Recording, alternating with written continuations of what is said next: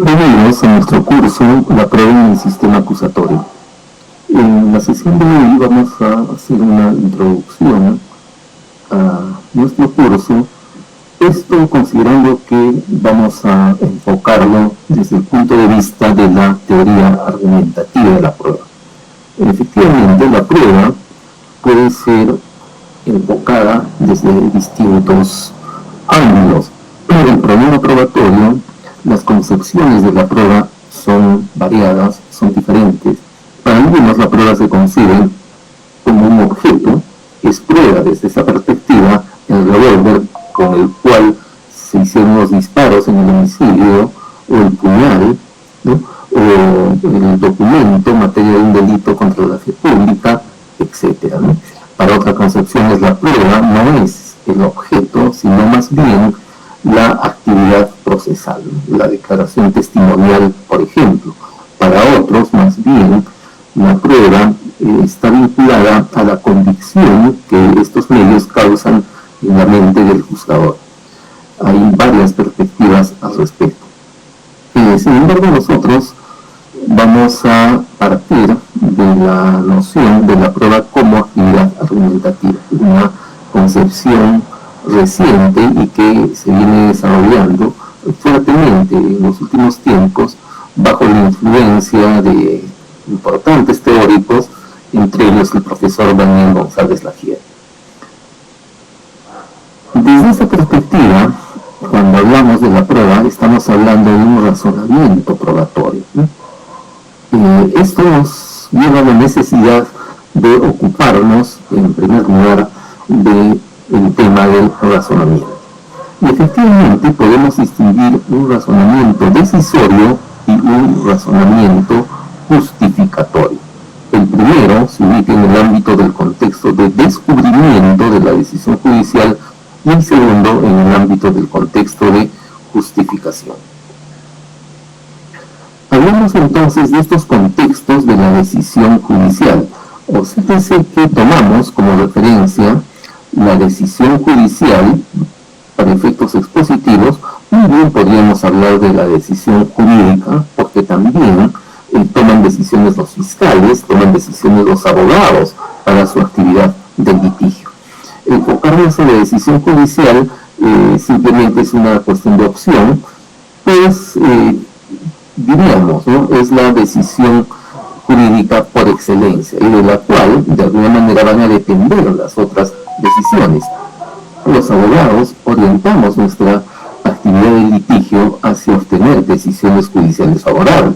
Lo propio ocurre con los fiscales. Pues nada más que por esta razón pragmática estamos poniendo como eje a la decisión judicial. Bien.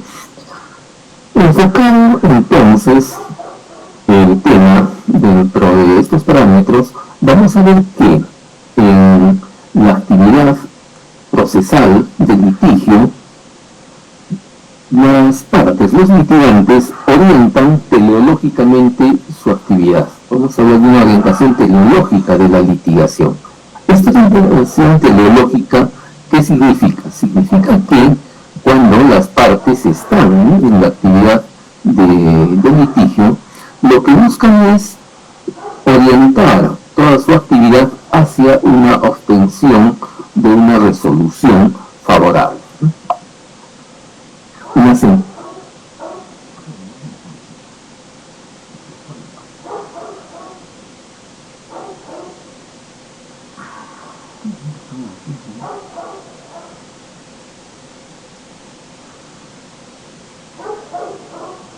Que ampare sus pretensiones. Y eso es así, pues un juicio penal, ¿no? O un juicio en cualquier materia civil, laboral, familiar, etc., finalmente concluye con una decisión judicial que es la que dilucida la controversia. Y la parte busca que se dilucide a su favor. Bien. Nosotros nos enfocamos usualmente en la obtención de esta sentencia favorable. Y eso está bien, ¿no? Pues la sentencia es la que finalmente va a decidir las pretensiones. Sin embargo, antes de que se expida esta sentencia, hay un momento al cual no solemos prestarle la atención debida. que es el momento de la decisión. Existe una diferencia, inclusive temporal, entre el momento de la decisión y el momento de la justificación. La decisión judicial probablemente se va tomando desde los inicios del juicio, ¿no? Desde que el juez escucha los alegatos de las partes, ve, observa, atiende, dirige la actuación de la prueba, ¿no? Hasta los alegatos finales. En esos momentos la decisión ya se va gestando en términos activos. La decisión debería producirse en el momento de la deliberación. Lo cierto es que, desde esta perspectiva, del deber ser normativo, decides en el momento de la deliberación. Y en una perspectiva real, la decisión se va gestando desde etapas previas, pues lo cierto es que todo este bloque constituye el contexto de descubrimiento de la decisión. Ahí se descubre, ahí se va a llegar a una decisión. Y luego de que ya se toma una decisión, se pasa a un momento de la justificación, al momento de la elaboración de la decisión, la redacción de la sentencia. Son dos momentos diferentes. Como decía, nosotros solemos atender más al segundo momento, que es el momento de la justificación, y nos olvidamos muchas veces del contexto de la decisión. Son dos contextos diferentes, reitero.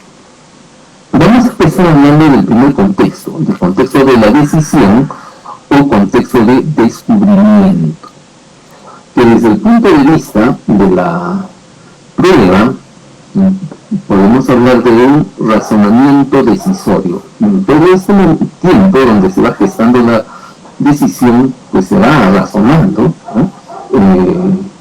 ¿Cuál es el sentido de la prueba y cuál podría ser el sentido de la decisión atendiendo a la prueba? Ese es un razonamiento decisorio. Bien, pero en este contexto de descubrimiento, ¿no?, donde se gesta la decisión, no solamente vamos a encontrar razonamientos, no solamente existen razonamientos. Además, vamos a ver que hay otros aspectos distintos del razonamiento. Y por ahí empezamos. La justicia es lo que el juez ha desayunado. Una frase que identifica una de las investigaciones más interesantes respecto a la decisión judicial. Se trata de una investigación realizada por profesores, investigadores de la Universidad Hebrea de Jerusalén, encabezados por Danziger y colegas. Bien, ¿qué ocurre? Ellos investigaron las decisiones de un grupo de jueces israelíes y determinaron un patrón bastante interesante. Al iniciar las sesiones, las audiencias, las primeras horas de las audiencias, ocurría que el número de libertades que concedían era bastante alto. Si vemos en la gráfica, pues bordea el 70%, ¿no?